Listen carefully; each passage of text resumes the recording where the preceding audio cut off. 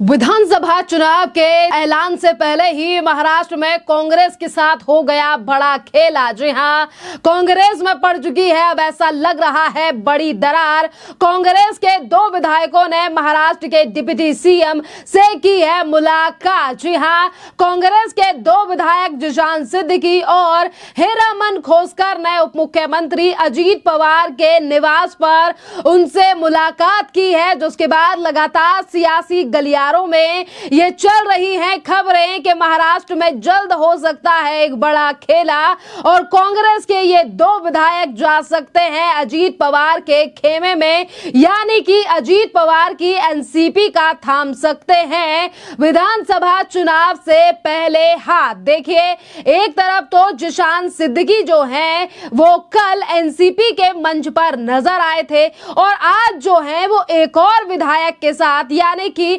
हीरामन खोसकर के साथ अजीत पवार से मिलने के लिए उनके निवास पर जा पहुंचे हैं, जिसके बाद लगातार अब ये खबरें सामने आ रही हैं कि जल्द ही कांग्रेस के ये दोनों नेता यानी कि ये दोनों विधायक जो हैं वो अजीत पवार के खेमे में शामिल हो सकते हैं। और आपके लिए बता दें कि कांग्रेस तो बांद्रा और इगतपुरी में आगामी विधानसभा चुनाव में एक बड़ा नुकसान जो है वो होता हुआ दिखाई दे रहा है, क्योंकि बांद्रा से जो हैं वो जिशान सिद्दीकी विधायक हैं और बात करें इगतपुरी की तो यहां से भी विधायक हैं हीरामन खोसकर। और अगर ये दोनों ही विधायक एनसीपी यानी कि अजीत पवार की एनसीपी का दामन थाम लेते हैं तो एक बड़ा नुकसान जो है वो कांग्रेस को आने वाले विधानसभा चुनाव में हो सकता है। एक तरफ जिशान सिद्दीकी कल अजीत पवार के साथ मंच पर नजर आए थे और उन्होंने कल ये भी कहा था कि वो मेरे उप मुख्यमंत्री हैं,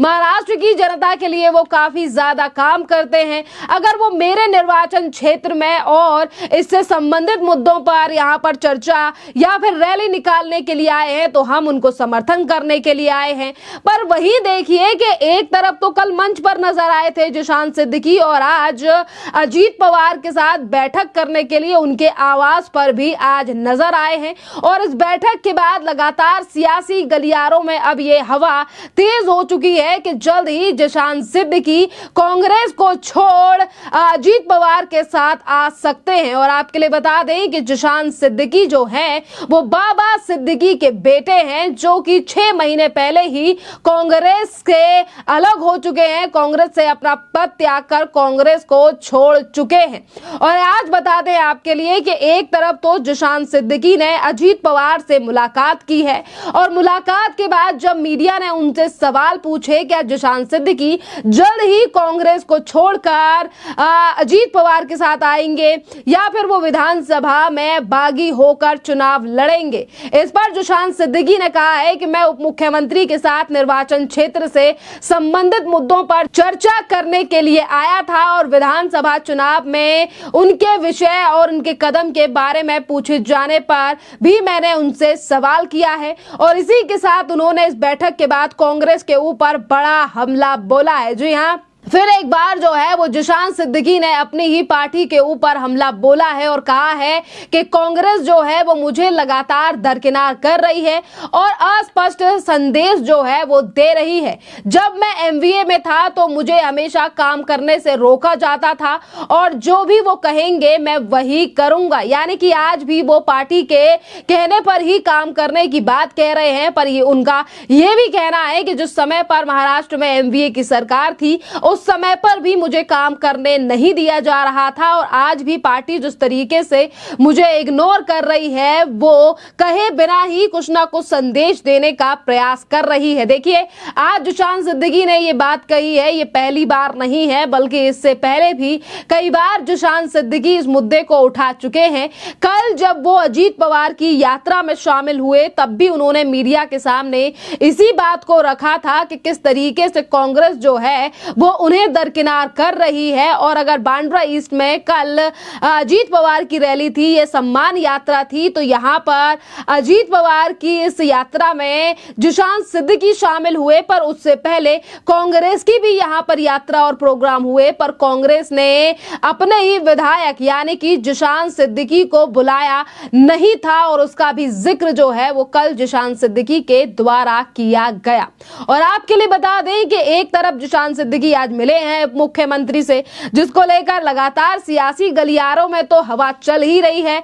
और ये भी खबर सामने आ रही है कि जल्द ही विधानसभा से पहले जो है वो जिशान सिद्दीकी शायद अब अजीत पवार के गुट में शामिल हो सकते हैं। जिस तरीके से वो मुख्यमंत्री को लेकर बयान दे रहे हैं और अपनी ही पार्टी के ऊपर एक तरफ तो कह रहे हैं कि मैं बागी नहीं हूं, कांग्रेस का ही नेता हूं, वहीं का विधायक हूं, पर पार्टी उन्हें कहीं ना कहीं साइडलाइन कर रही है। तो देखिए कल जिशान सिद्दीकी जो है वो जन सम्मान यात्रा में भी नजर आए थे और सिद्दीकी ने यह भी कहा था कि कांग्रेस उनकी उपेक्षा कर रही है। यात्रा दोपहर में मुंबई के बांद्रा ईस्ट पहुंची थी, जहां से जिशान सिद्दीकी कांग्रेस के विधायक हैं और कांग्रेस का जब भी कोई वहां प्रोग्राम होता है तो वो जिशान सिद्दीकी को ही नहीं बुला रहे हैं। और नाराजगी ऐसा लग रहा है कि कांग्रेस शायद इन फैक्टर्स को लेकर निकाल रही है, क्योंकि जिशान सिद्दीकी के पिता यानी कि बाबा सिद्दीकी पहले ही कांग्रेस को छोड़कर अजीत पवार की पार्टी में पहले ही शामिल हो चुके हैं।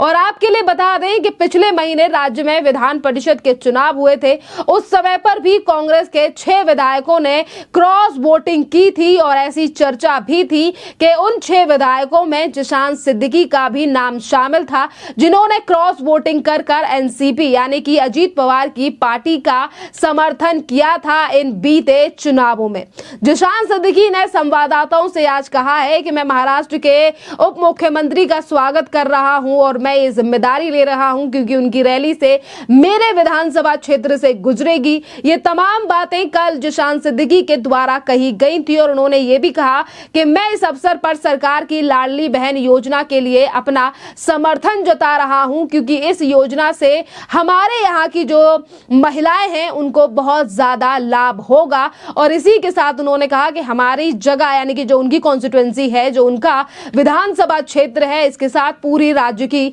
महिलाओं को इस योजना से काफी ज्यादा फायदा होने वाला है। देखिए एक तरफ लगातार समर्थन जो है वो महाराष्ट्र की सरकार के द्वारा लाई गई योजनाओं का समर्थन जो है वो जिशान सिद्दीकी करते हुए नजर आ रहे हैं और वहीं दूसरी तरफ ये खबरें, और वहीं अब देखना अहम रहेगा कि चुनाव से पहले कितने और झटके जो हैं वो कांग्रेस पार्टी के लिए लगेंगे, क्योंकि ऐसी खबरें लगातार कांग्रेस को लेकर आ रही हैं और हर दूसरे तीसरे महीने में कांग्रेस को छोड़कर कोई ना कोई नेता जो है वो महाराष्ट्र में जा रहा है, जिससे साफ आज जनता कह रही है कि कांग्रेस का पतन जो है वो शुरू हो चुका है और पता नहीं ये पतन कब जाकर अब रुकने वाला है। खैर इस पूरे मामले पर आपकी जो भी राय हो अब आप हमें कमेंट कर जरूर बताइए। धन्यवाद।